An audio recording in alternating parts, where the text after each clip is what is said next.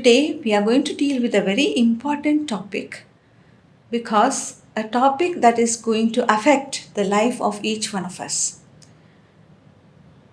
Environmental pollution. What is environmental pollution? How can we define pollution? First of all, we use this word quite often in our daily life. But how can we define this term? Environmental pollution is the introduction of contaminants into the natural environment that cause a negative change or adverse change. It is the addition of any substance.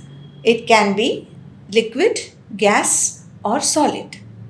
So, it is the addition of any substance or any form of energy like heat, liquid, sound, radioactivity to the environment.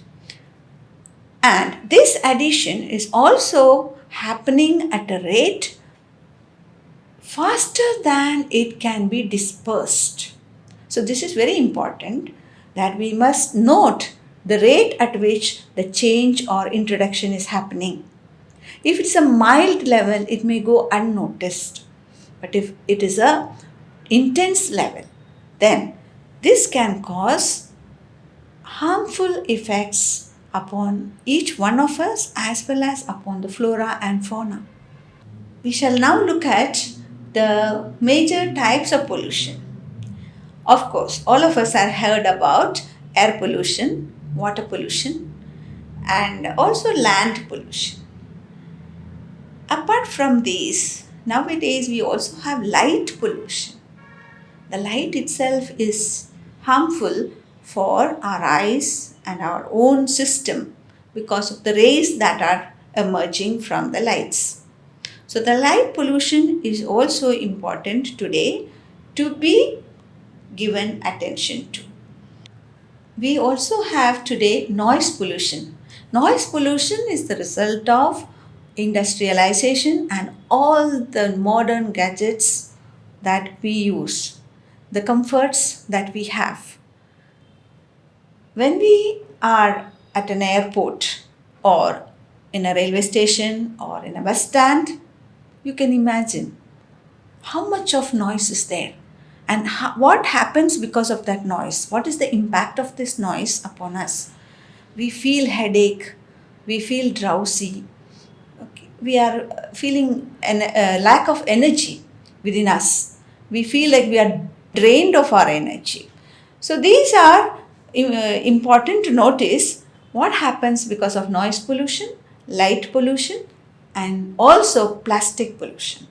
So these are today's terms that we use for pollution, with light pollution, plastic pollution, as well as noise pollution. Now let us look at the sources of pollution. What are the sources of pollution? There are two types of sources of pollution. Number one, anthropogenic sources, and number two, natural sources. Anthropogenic sources are human-made sources of pollution, while natural sources are existing in our environment itself.